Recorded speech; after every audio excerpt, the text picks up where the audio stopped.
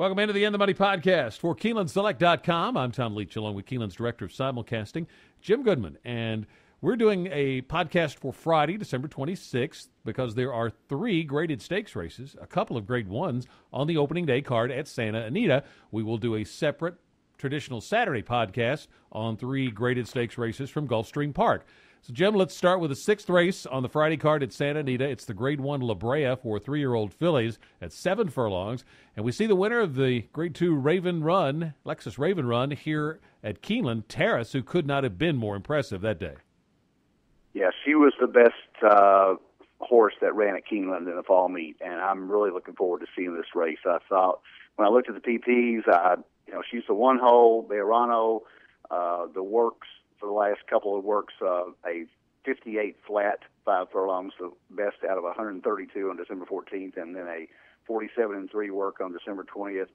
She's going to be hard to handle. But the one thing that you have to look at in this race, there is a lot of speed here. I mean, you look at Taurus and Awesome Baby and Amaranth, Stonetastic, who last ran in the Breeders' Cup Filly and Mare Sprint. I liked her that day. I actually singled her on some pick threes, and she got the lead at the half-mile pole and then just kind of gave it up. But I don't think it's going to be a walkover, but I can't pick against her. I think that she's going to get the lead from the inside post, and she could be the real deal. And looking at maybe the best, at least fast filly in the country in 2015. The other horses that I do like, I like Stonetastic. The other one that I looked at, simply because there's a lot of speed, is Thank You, Mary Lou. She was really never in the Raven Run. She was dead last and really just got moved up because everybody else was dying behind Taurus, and she got beat by 10 1/4, but she was only a length out of second place. So I'm going to take Thank You, Mary Lou to kind of kick up there. If Taurus puts them all away, I think Thank You, Mary Lou has a shot at getting second. So that would be my play here, Taurus over Thank You, Mary Lou, with Stonetastic having an outside shot. I'm going to take Taurus as well, just out-of-the-world races since she's come off the layoff. And that was a good field that she beat in the Raven Run. And I just think she's going to be the speed of the speed in here. If she gets cooked, I'm like you. I think Thank You, Mary Lou, may be the one to run them all down if it goes to a late runner, because I thought the way the track played, she didn't have much of a shot that day in the Raven Run, and so they just kind of took her back and made one run, and she finished strong and then ran pretty well in the Breeders' Cup, I thought. So I'm going to take Taurus, but I'll use her in exactas with Thank You, Mary Lou, Awesome Baby the 4, and JoJo Warrior the 10. 7th race is the Grade 2 Mathis Brothers Mile for 3-year-olds at a flat mile on the turf.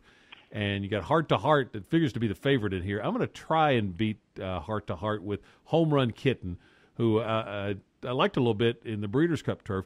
This one loves Santa Anita, is 2 for 3 at a mile, and I think you'll get some value, and that's what kind of intrigues me about Home Run Kitten. Got to use Heart to Heart with Home Run Kitten. Also long on value, and the 2 Red Outlaw, but I'll key off the 9 Home Run Kitten. How about you? I'm right with you. I liked Heart to Heart. The last race at Churchill was very impressive, but a couple of horses that finished behind him, Other Cheek and Bashart, both ran last week, and neither one of them won. So that race may be a little softer than I thought. I thought it was going to be a key race, and it hadn't turned out that way so far. But Heart to Heart is the speed here, and could go a long way, because the turf course at Santa Anita is obviously very favorable to speed horses. But I think Home Run Kitten has a real shot to run down. The other horse, Red Outlaw. So the three out of the 4 horses that you use. But Red Outlaw may be compromised because he needs to lead too. So Heart to Heart and Red Outlaw may just go out there and cook each other, and Home Run Kitten could pick up the pieces. I love Joe Talamo on the West Coast. So Home Run Kitten just barely over Heart to Heart. All right, let's go to the 8th race. Another Grade 1. It's the Malibu for 3-year-olds and up at 7 furlongs. And Shared Belief is going to be the odds-on favorite here. Question is, can you beat him?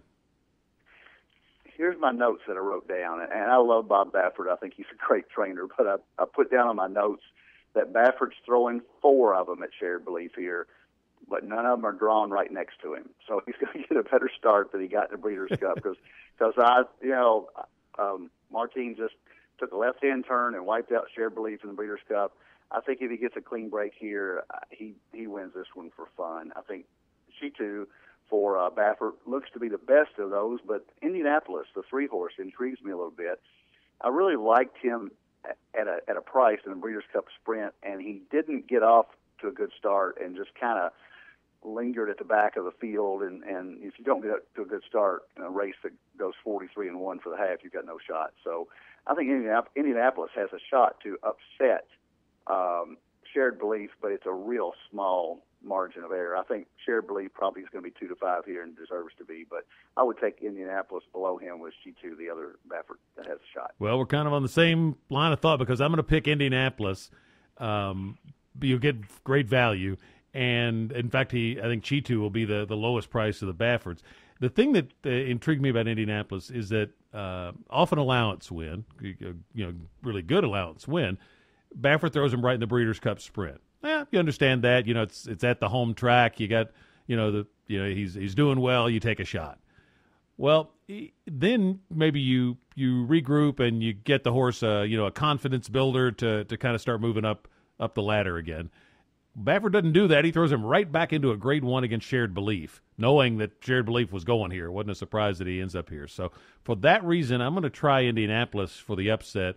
And then I would box him in exactas with Shared Belief and Chi2 in case for some reason Shared Belief just throws in a clunker. But I'm going to try for the upset with Indianapolis, the Grade 1 Malibu. Best of luck to all of you. I think one angle, too, we ought to look at there is that Indianapolis was drawn in the 12 hole in that race outside Work All Week, and Work All Week ran a perfect race. So he got just outside of Fast Anna, so Indianapolis was kind of hung wide out there, too. So I don't think he had much of a shot in the Breeders' Cup Sprint. So I think he's got a real chance here. And, there was so much speed in that Breeders' Cup Sprint. I mean, there's speed in here, but not quite to that level, I don't think. So best of luck to everybody with your wagers in the Malibu. And then remember, we'll do another podcast for the Saturday card at Gulfstream Park with 3 graded stakes races there. So make sure you tune in for that and keep your Keeneland Select accounts funded. We'll catch you with another edition of the In the Money podcast.